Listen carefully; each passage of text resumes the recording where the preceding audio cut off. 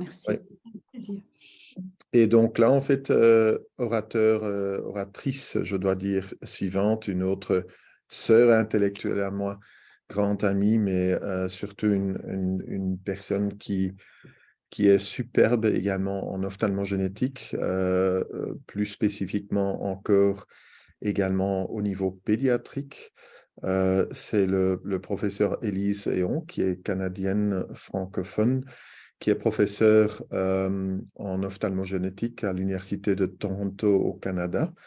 Et Élise, également une superbe personne à part d'être une personne qui est super spécialisée en cela. Elle est superbe oratrice également. Elle va nous parler donc sur les mesures de résultats pour les essais cliniques pédiatriques.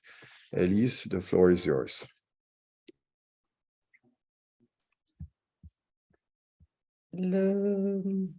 C'est seulement ton micro qui ne fonctionne pas, Élise. Le micro. Ah, OK, désolée. L'activité. Merci, Bart. Et Oui. puis, Hélène, félicitations. Et puis, c'est un acte difficile à suivre. Hélène et Bart ont une énergie que j'envie, qui leur permet d'accomplir des choses vraiment extraordinaires. Est-ce que vous voyez mes dias corrects? Oui, Oui, c'est bon, Élise. très bien. Oui, on les voit. Alors, je vous remercie, Viviane, de l'honneur de faire partie de ce groupe. Comme Bart et Viviane ont mentionné, j'ai un intérêt, je travaille à l'hôpital pour enfants à Toronto et on a un programme de maladies héréditaires de l'œil. Et puis, dans les essais cliniques et puis les études des dernières années, ça m'a toujours frappé et déçu à quel point les enfants n'ont pas été inclus. Et puis, les patients, les familles sont très impatients au développement de nouveaux traitements. Mais pour évaluer l'efficacité d'un traitement, on a besoin de mesures de résultats spécifiques à un certain stade de la maladie et puis spécifiques à la maladie. Alors,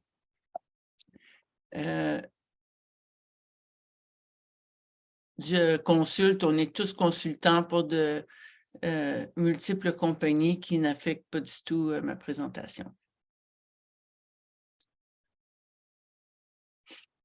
Alors, la réalité, c'est que la majorité, la grande majorité des maladies héréditaires de la rétine ont un début, en fait, dans l'enfance ou la jeune adolescence.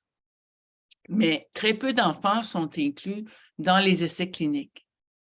Et puis, les mesures de résultats utilisées ont été développées chez les adultes. Ils n'ont pas été validés dans un groupe pédiatrique et puis ils n'ont pas été développés avec un groupe pédiatrique en tête. Alors, ma question à la communauté, est-ce qu'on pourrait développer un essai clinique pour inclure de façon appropriée les enfants? Par exemple, il y a un essai clinique pour la rétinite pigmentaire liée à l'X en ce moment, où ils ont inclus 5 enfants. Alors, c'est absolument ridicule parce que c'est une maladie avec un début précoce. Alors, c'est décevant. Beaucoup d'entre vous ont entendu parler des essais cliniques liés au gène RPE65, qui est une maladie de la toute jeune enfance. Mais moins de 10% des participants étaient sous l'âge de 16 ans. Alors, ça aussi, ça rend l'interprétation des résultats aussi plus difficile.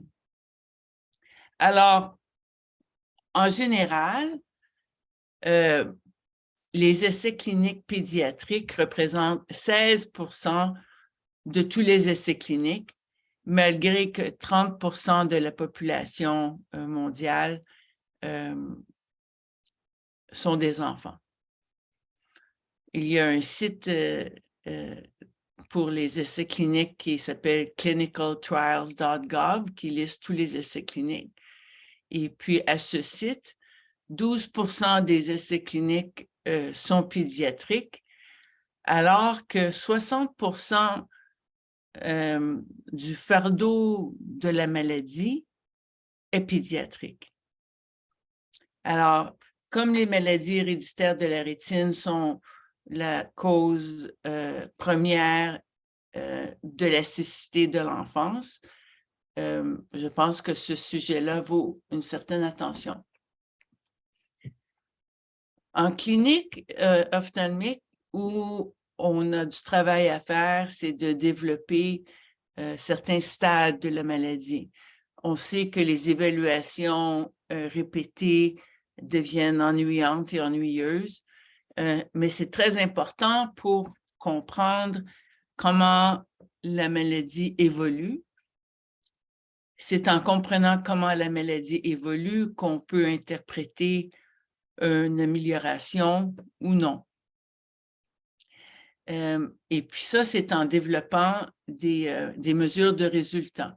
Elles doivent être reliables et puis elles doivent être évaluées dans une population en général.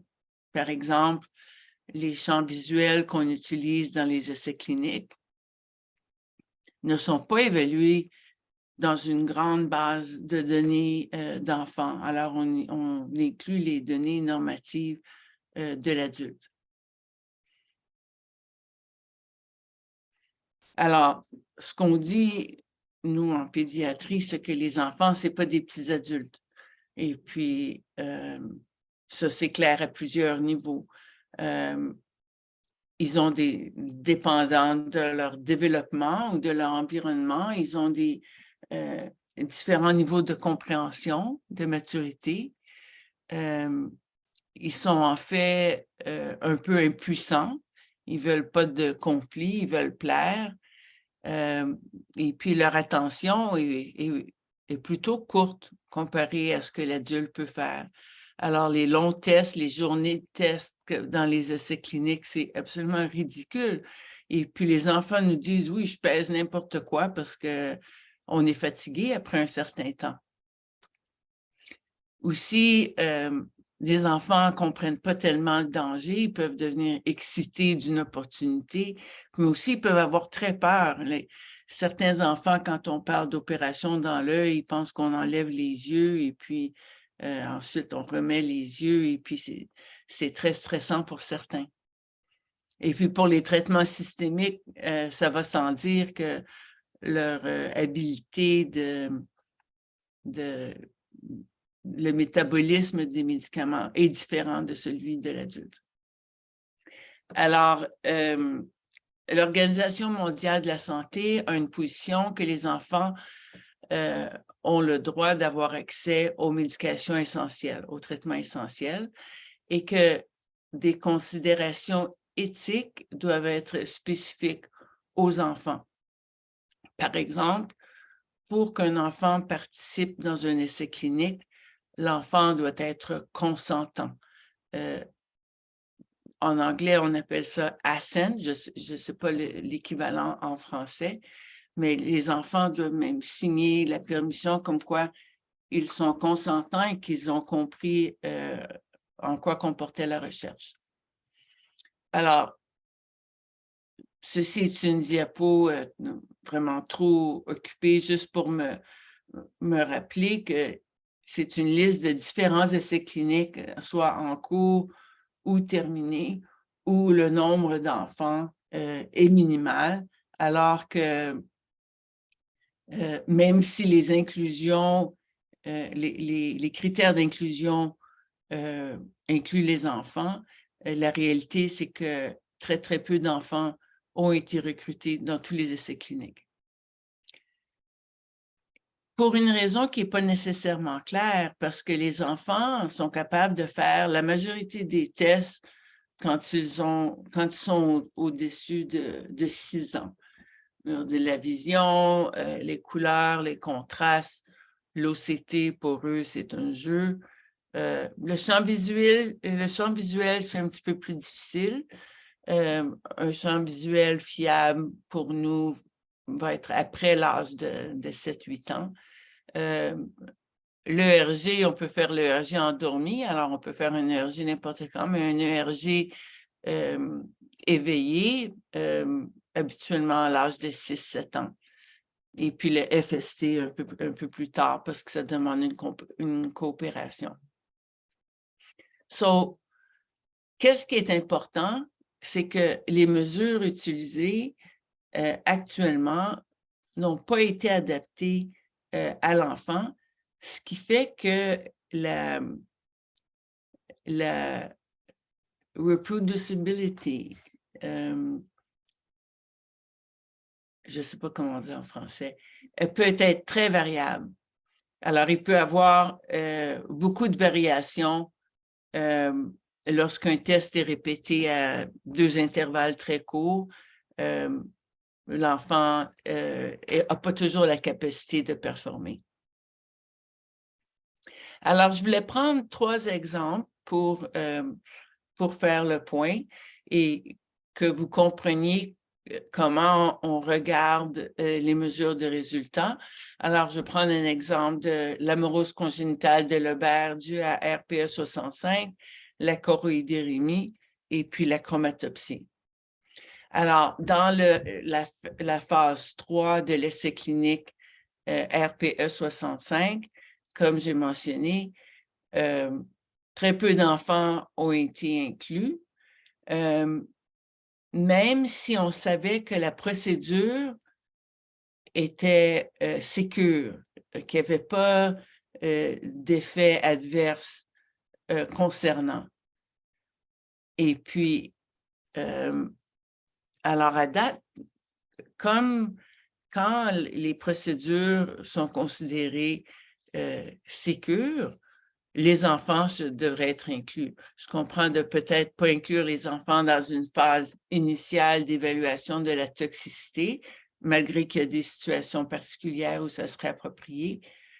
Mais pour une phase 3, pour une maladie de début à la petite enfance, ça aurait fait beaucoup de sens d'inclure plus d'enfants. On a ce qui nous permet de choisir nos mesures de résultats, comme je mentionnais, c'est les histoires naturelles, ce qui demande les visites répétées à la clinique. Et puis, ici, ils ont fait une histoire naturelle de la maladie liée à RPE 65 après l'essai clinique. Et puis, ils ont trouvé que le champ visuel était une mesure utile. Et puis, en concluant que en utilisant un stimuli particulier, ce qu'on appelle le 5-4E, qu'on pouvait interpréter des changements de façon sécure dans le temps. Mais quand on regarde aux résultats de façon un peu plus détaillée, on s'aperçoit que, la majorité des participants étaient des adultes, malgré qu'il y avait des enfants.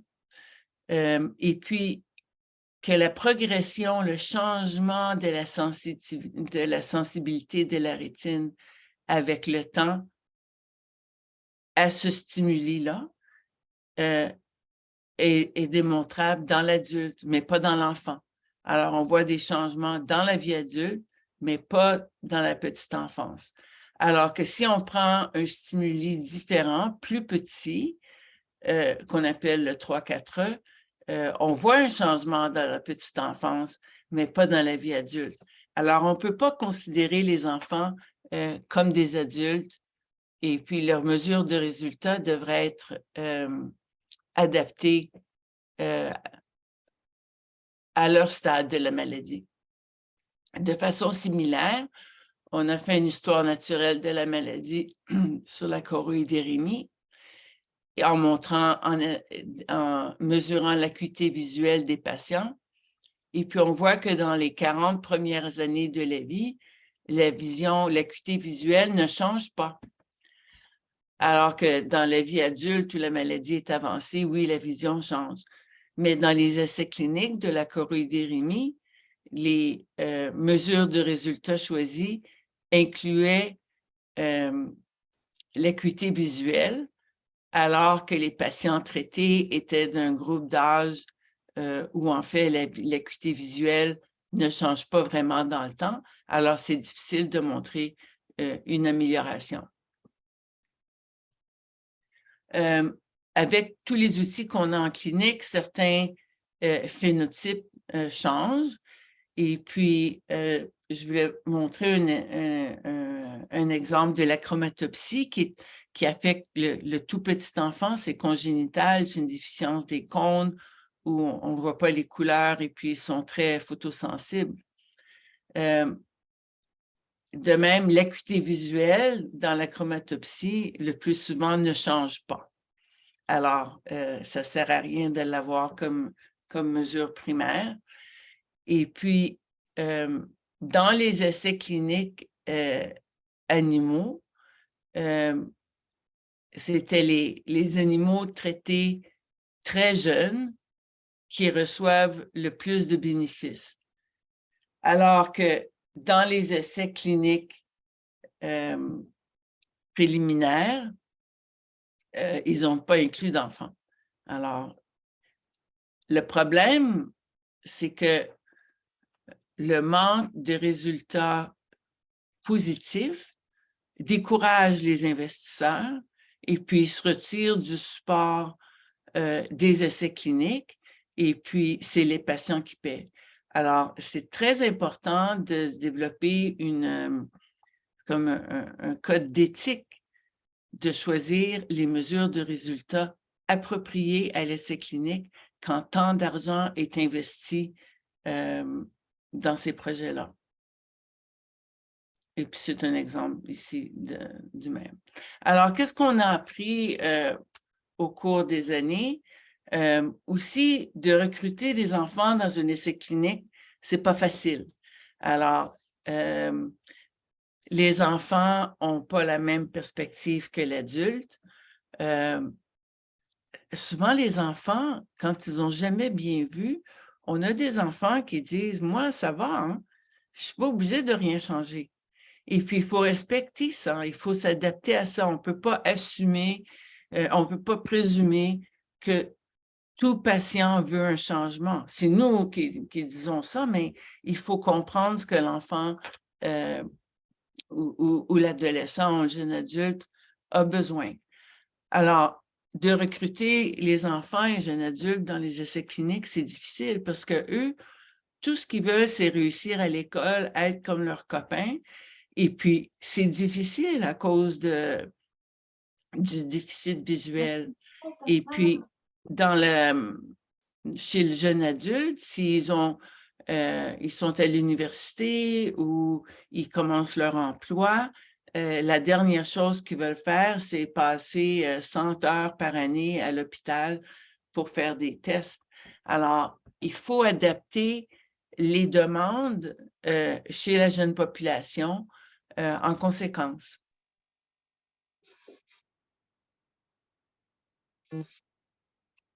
Et puis aussi, quand les tests, les batteries de tests sont trop exhaustives, des fois, ça décourage les patients. Ils sont trop confrontés à leurs difficultés et puis ils décrochent, ils ne viennent plus, ils refusent de participer dans le futur. Alors, on doit comprendre en tant que clinicien scientiste, on doit comprendre les maladies en plus grand détail, mais dans tous les groupes d'âge.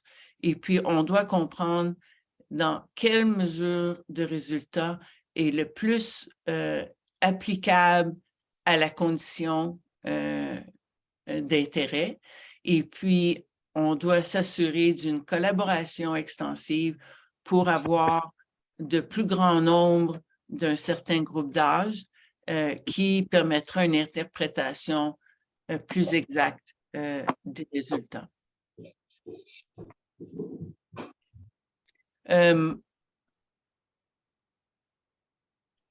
Pour le recrutement, tout le monde, ça je pense que c'est un droit, tout le monde doit avoir accès au génotype. Et puis, comme Hélène a mentionné, la participation dans un registre, c'est à l'avantage du patient. Ce n'est pas un projet de recherche. Souvent, les patients pensent qu'ils participent à un projet de recherche, mais c'est pour le patient, pour que le patient soit identifiable. Et puis aussi, la médecine, jusqu'à récemment, a été un peu directive par le médecin, mais on réalise que les résultats de tests cliniques que l'on performe font pas toujours corrélation à l'expérience du patient. Et puis, il y a des, je ne sais pas comment on dit, patient-related outcome measures, des différentes mesures de résultats qui vont prendre en considération la perspective du patient. Alors, ces mesures sont en développement spécifiques pour les maladies rétiniennes en Europe et puis ailleurs. Alors, ce qu'on croyait impossible est maintenant possible. Et puis, les maladies rétiniennes héréditaires sont maintenant des maladies qu'on dit actionable. Il y a quelque chose qui puisse être fait. Alors, on doit les comprendre et puis on doit inclure les sujets les plus appropriés. Quand les procédures sont considérées sécures, plus d'enfants définitivement devraient être inclus pour mieux évaluer le bénéfice d'un traitement. Alors, ceci devient une forme prévenable de cécité. Pour l'enfant, on a eu l'opportunité, nous, de traiter seulement quelques enfants, mais je ne sais pas si ça va jouer. Ça, c'est deux jumeaux atteints de l'amorose RPE65. Et puis, le petit garçon, après... Oh, thank you so much. Thank you. No, this means a lot. Thank you. I'm going to go yellow. Alors, il était tellement content après avoir reçu le traitement. Il m'avait envoyé par texto, il m'avait envoyé ça. C'est vraiment, ça change leur vie. Ça change toute leur vie. Et puis, ça leur donne confiance. Et puis, mais pour leur permettre d'accéder les traitements dans le futur, il faut les inclure dans les essais cliniques. Alors, on est entré dans une nouvelle ère de la médecine où on apprend beaucoup. Et puis, Luxturna, le traitement pour l'amorose RPE65, a été un succès, mais il faut tenir en compte qu'il y a très peu de données, du moins disponibles publiquement pour les enfants atteints. Alors, sur ce, je vous remercie de votre attention et puis ça me fera plaisir de répondre